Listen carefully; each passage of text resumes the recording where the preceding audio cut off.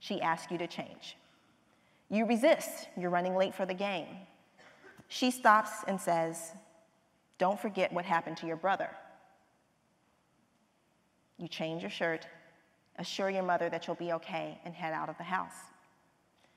As you head to the game, you're waving to neighbors on the street. Jacob decides to run and catch the bus so that you're not late. As soon as you make the same choice to jaywalk, you're accosted by police officers who instruct you, the user, in the headset to get on your knees and put your hands up. Again, this might seem extreme, but it's based on real data on stop and frisk practices in New York City.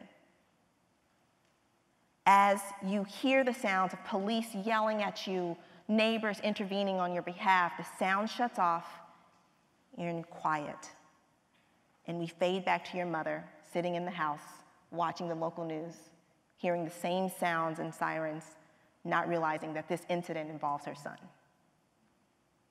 At age 30, you're getting ready for an interview, the opportunity of a lifetime. You're well educated, you have great experiences, you're prepared. But you enter this very white space. The old white founders are hanging on the walls. The magazines in front of you are covered with white faces. When the interviewer comes in, he goes immediately to the white candidate who's waiting with you and says, "You must be our candidate from Yale." He's not, you are.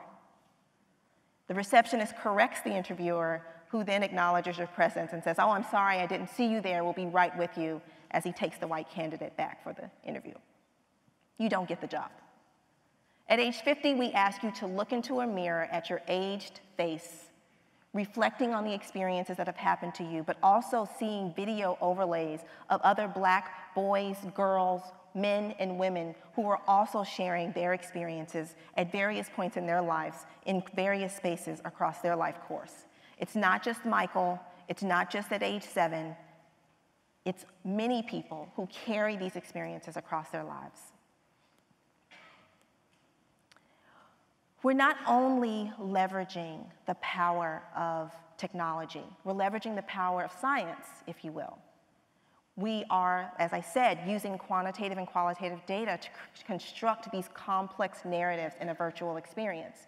But we're also employing experimental design to think about how we can assess changes at the individual and group level. Are we moving the needle? Are people different as a result of going through this experience?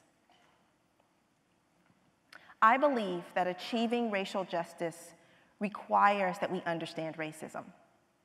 Not an understanding that emerges from intellectual exercise or in the production or consumption of science, but one that is based in your body, in your spirit, as much as reason. So I ask you again, what would it take for you to not just feel bad or empathize, but to act and think differently? What would it take?